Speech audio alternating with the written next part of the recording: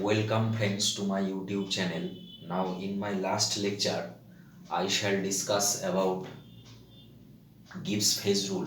Okay, and I also told about the phase component and Gibbs phase rule. Now in this lecture I shall going to discuss few numerical problems associated with phase transition and equilibrium chapter. Okay, few numerical problems. Okay, so let's start.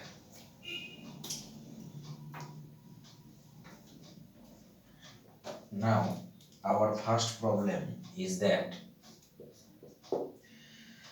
calculate the specific heat of saturated steam given that specific heat of water at 100 degrees Celsius.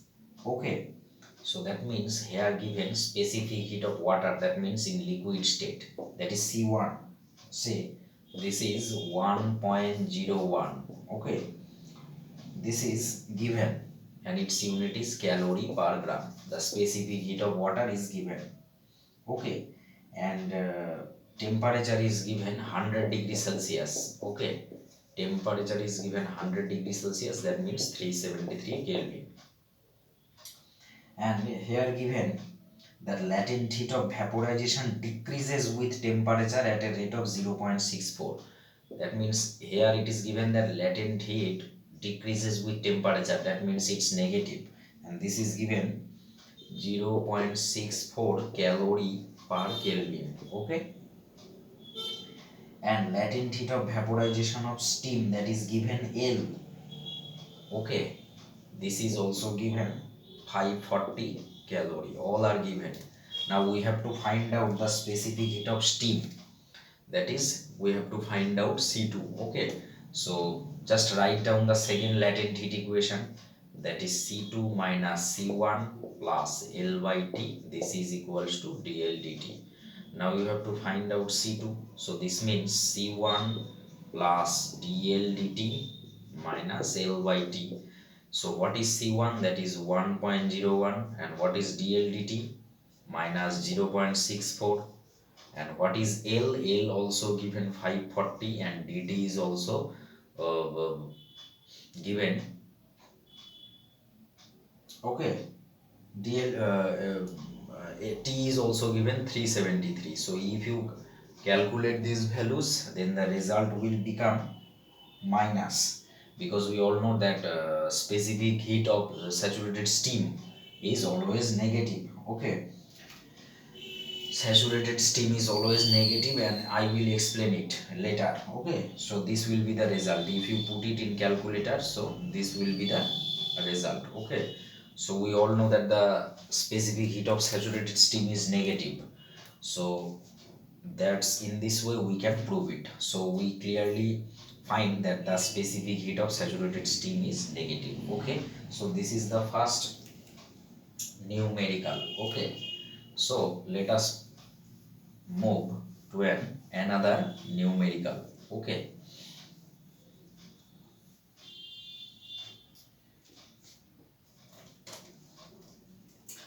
now here given that calculate the specific heat of saturated steam at 100 degrees Celsius.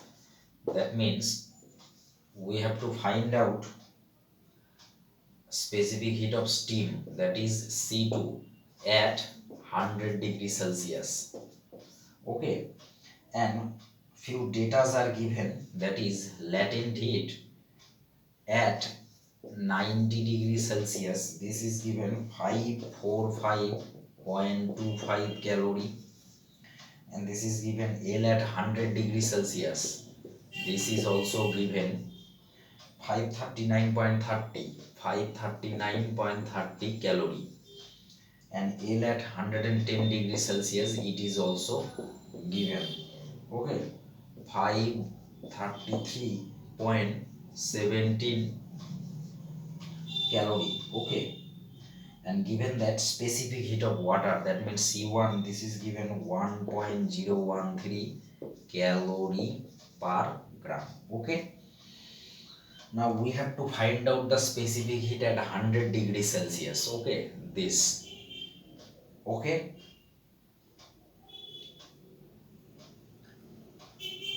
Fine. Now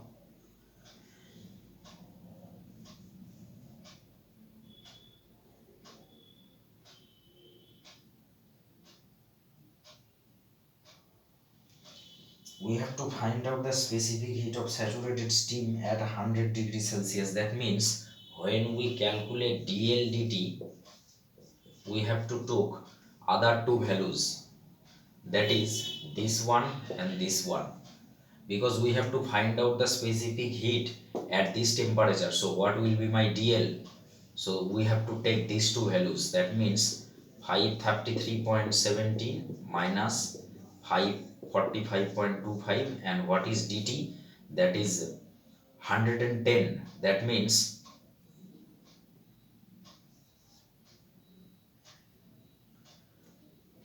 or you can say 110 minus 90, that is 20 degrees Celsius. Okay, and if you calculate it, it will become minus 0.604 calorie. You can say Kelvin or degree Celsius, anything. Okay,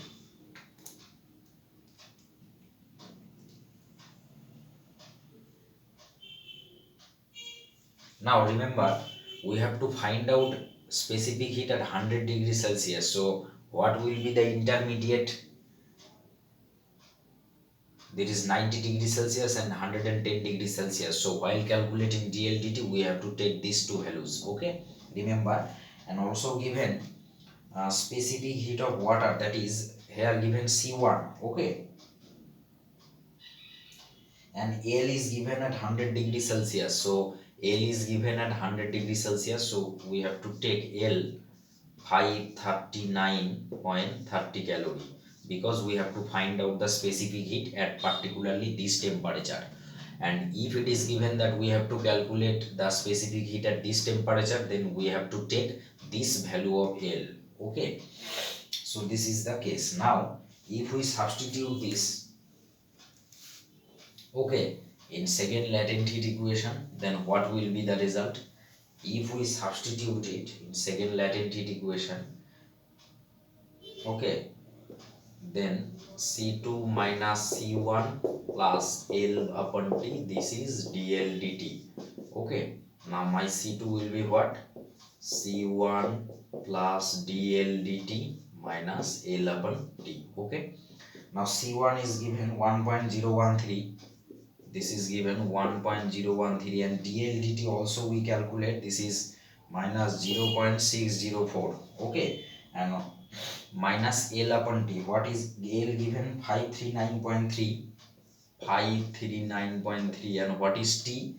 We have to calculate the specific heat at 100 degrees Celsius, that means 373.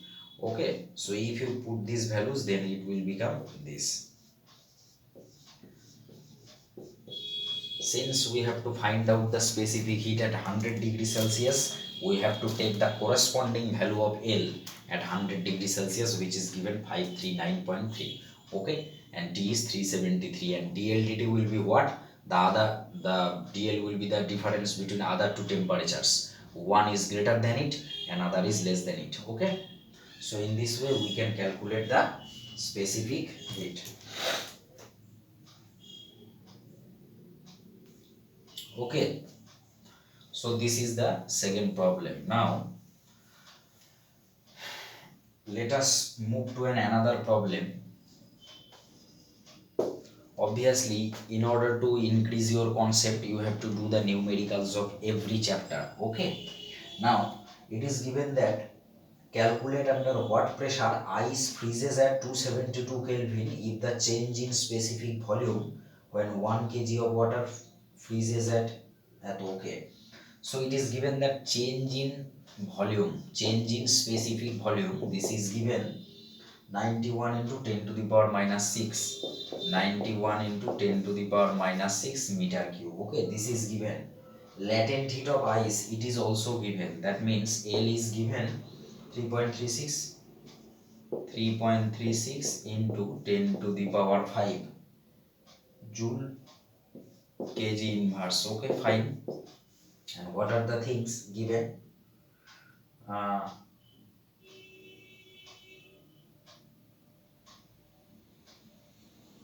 calculate what pressure ice freezes at 272 Kelvin. Okay, fine.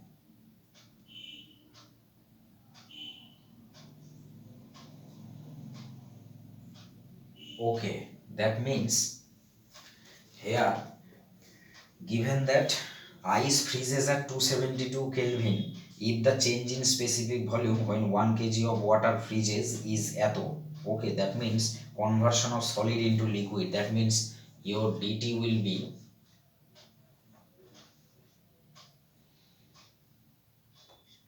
what, 273 minus 272, this is the dt, that is 1 Kelvin, okay, and t is given 273 because at 0 degree Celsius ice freezes into water, okay. So this is the given, so conversion between ice and water, okay, that means clearly T is given 0 degree Celsius, that means 273 Kelvin, and what will be my dt, change in temperature, because here the freezing temperature of ice is given 272, so what will be the net change in temperature, 273 minus 272, 1 Kelvin, okay. Now we have to find out the pressure, okay, we have to find out the pressure. So before we write the Clausius-Clapeyron equation, dp dt, this equals to L upon T, V2 minus V1, okay. So what will be my dp, my dp will be L into dt, L is what, 3.36 into 10 to the power 5, dt means 1, and T is given 273, and here V2 minus V1 is given 91 into 10 to the power minus 6, okay. So if you calculate the value of dp, then the result will be, okay, 1.352 into 10 to the power 7, 1.352 into 10 to the power 7 Newton per meter square, and again we all know that 1 atmospheric pressure means 10 to the power 5 Newton per meter square, so it will become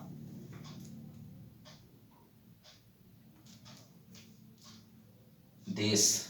So if we converted it into atmosphere, then atm, okay, we can write this, because 1 atmospheric pressure means 10 to the power 5 Newton per meter square. So if you convert this into atmosphere, then it becomes 135.2 atm, okay. Now you have to find out the pressure at which ice freezes. So what will be the final pressure? We all know that final pressure means the initial pressure plus increment. What would be the initial pressure at NTP, 1 atmosphere, 1 atm, and what we find dp, 135.2 atm, okay. So if you do it, the result will be 136.2 atm, okay.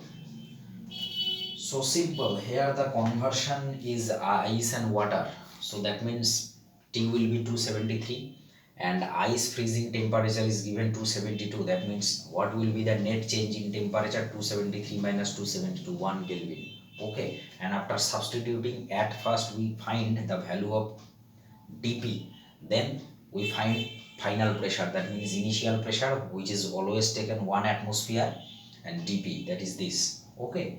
So at first, while doing the numericals, at first you have to write down the values that are given, then it will become more easier, okay. So this is the third numerical. So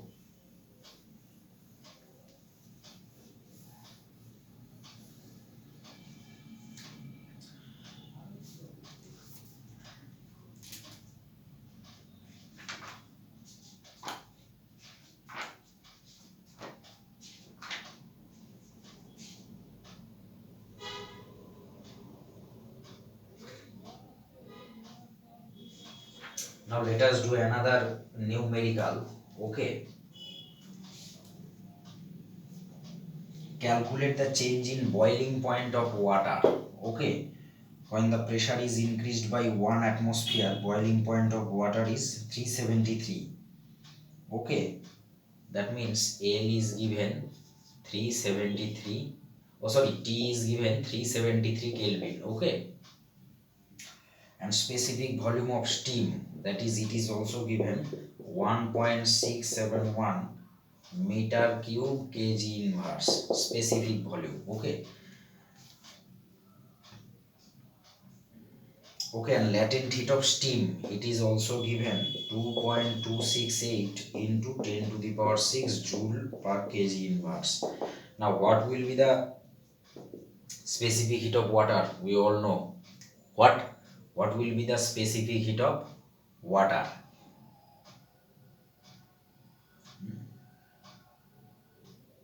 Oh, sorry, specific volume, that is, it is given V2, not specific heat. So we all know the specific volume of water will be what? 1 by 10 cube, because the dense specific volume means unit mass by density. Unit mass is 1 and density in SI unit 10 cube, that means 0.001 meter cube kg inverse. This is given, okay. This is given. Now here given pressure is increased by 1 atmosphere, that means dP is also given 1 atmosphere. So we have to find out the change in boiling point of water. Change in boiling point of water, fine. So you have to write down the Clausius-Clapeyron equation, that is dP dt, this is equals to L upon T into V2 minus V1, okay. Now here all quantity you put, dP is 1, you have to find out this change in temperature, that means dt. L is given 2.268 into 10 to the power 6. T is also given 373.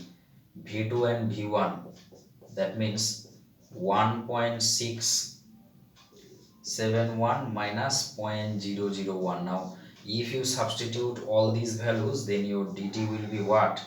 Your dt will be this. If you do it in calculator, then the result will become this, okay. So these are the few numerical problems related to Clausius-Clapeyron equation, okay. Now the last thing of today's lecture, one thing I forgot to tell previously, we have to find out this ratio that I forgot to tell in Maxwell's relation chapter, okay. That is, we have to find out the ratio of adiabatic to isobaric volume expansivity, okay. We all know that this is increase in volume per unit rise in temperature. So this is S, and this is what? 1 upon V, this is del V del T P, okay. So this cancels. So if you take it in denominator, then it would become del T del V S, okay, and this is del V del T P. Now using Maxwell's equation, this can be written as TVS means minus PSV, and this is del V del T pressure constant, okay. And we can write this del P del S volume constant term as del P del T volume constant, del T del S volume constant, okay. The marker is almost finished. So del V del T pressure constant, we can rearrange this term in this way, okay. Now if we take this term in numerator, then it will become del S del T volume constant, and this becomes this del P del T volume constant, del V del T pressure constant, okay. Just we can replace this by Maxwell's relation in this way, and this term can be written as del P del T del S, and we take del T del S in numerator. So if we multiply both sides by T, what is this? This is CV, and we all know that this term T into del P del T volume constant, del P del T pressure constant means Cp minus Cv, okay. So if I eliminate this minus sign, then it would become CV by CV minus CP. Okay, so this is the ratio. Okay, CV by CV minus CP. Okay, so this is the ratio, that is alpha S upon alpha P, this always CV by CV minus CP. If you divide both sides, denominator and numerator, by CV, then the result will be this 1 by 1 minus gamma. Okay, so this is the important relation, okay, that I forgot to tell in previous chapter. So in my next lecture I shall going to discuss few other numerical problems. Okay, thank you.